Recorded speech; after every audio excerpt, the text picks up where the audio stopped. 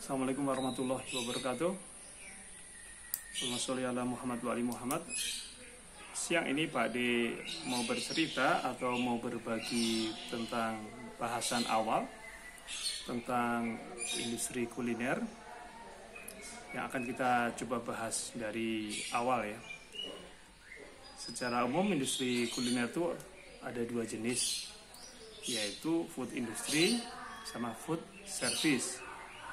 Food industry pada umumnya adalah dia bermain di segmen retail, kemudian dia menggunakan sistem jaringan, cover areanya luas. Ini dia menguasai pelaku usaha kuliner ini hampir 70% dari seluruh total pelaku bisnis kuliner di Indonesia. Ini termasuk reseller, agen, seperti itu. Pada umumnya mereka memiliki kelengkapan syarat untuk kelengkapan produk maupun dari sisi perizinan itu mereka sudah lebih bagus. Yang sisi lain adalah food service. Food service adalah bisnis kuliner yang menghadirkan sajian food atau makanan yang bisa langsung dinikmati di tempat. Di food service ada dua klasifikasi, yaitu catering serta yang resto ataupun warung. Jadi kira-kira teman-teman kalau memang yang sudah punya, nanti bisa dilihat di sisi mana klasifikasi itu. Atau bagi teman-teman yang memang belum memiliki usaha kuliner, kira-kira mau masuk di sisi apa? Bagaimana kita memilih di genre apa, di catering ataupun di resto, ada kelebihan dan kekurangan. Pak D pada kelas ini adalah sebenarnya fokus untuk ingin bercerita tentang apa yang kita lakukan, yaitu dengan catering.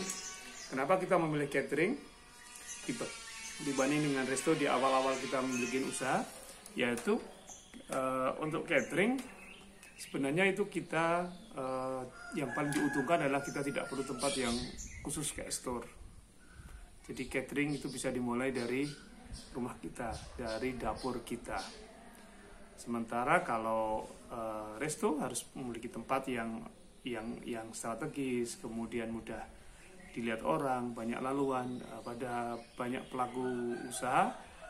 Ini berat ya, apalagi memang harus menyewa. Itu sangat berat menjadi beban kita di investasi awal. Kedua, kalau catering itu biasanya adalah made by order, dibikin setelah ada orderan masuk. Sementara kalau di resto atau di warung, dia harus bikin stok matang. Kita tidak tahu apakah hari ini laku semua atau tidak. Bagi pemula untuk bermain di resto agak riskan memang. Kemudian di resto jam kerjanya udah fix, karyawannya banyak dari mulai kitchen sampai service, itu banyak sekali. Kemudian kalau di resto sesuai dengan kebutuhan saja, jam kerjanya juga bisa ngikutin, kalau ada orderan masuk kerja, kalau enggak juga bisa off. Jadi memang ada beberapa pilihan. Yang menarik lagi dari sisi volume, bisa jadi yang sederhana catering tadi volumenya bisa nggak kalah dengan resto. Cerita lagi bahwa sebenarnya Pak D dulu mengawali dari catering sampai tahun ke-7 baru berpikir untuk resto. Apa alasannya? Karena pada waktu itu kita tidak memiliki modal yang cukup untuk menyewa tempat. Kedua, kita takut bahwa produk kita tuh belum tentu laku loh. Produk kita belum tentu laku karena kita hanya pengujiannya hanya pada warga, pada teman. Untuk secara data kita belum memiliki keyakinan bahwa produk ini akan laku di pasaran, sehingga kita paling aman bermain di catering dengan model foto. Kita spreading ke segmen yang kita pilih, tinggal nunggu reaksinya 1, 2, 1, 2, tidak masalah karena kita tidak memiliki fixed cost dari sisi sewa tempat, karyawan. Waktu itu kita masih sendiri semua. Jadi pemilihan food service di catering ini adalah cara yang paling aman untuk pemula masuk di industri kuliner. Pertanyaannya, bisa nggak kalau food service ini masuk ke food industry, karena biasanya food industry dia punya modal besar dan sebagainya.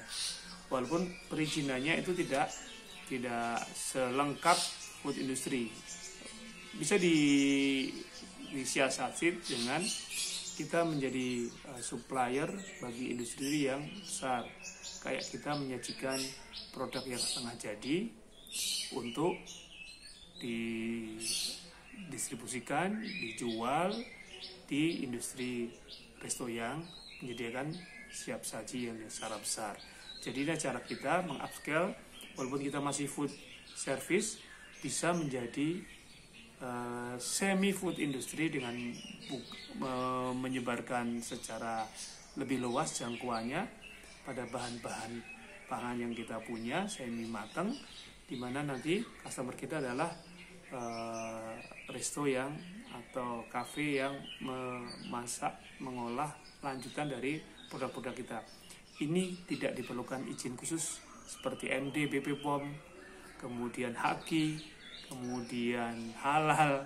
Nah, ini cara kita untuk di sisi awal menyiasati bagaimana kita ingin berpola seperti retail, tapi terkendala dengan segala macam tadi, tapi masih bisa mengangkat penjualan yang signifikan dengan menjual di tempat maupun menjadi pemain untuk sub retail.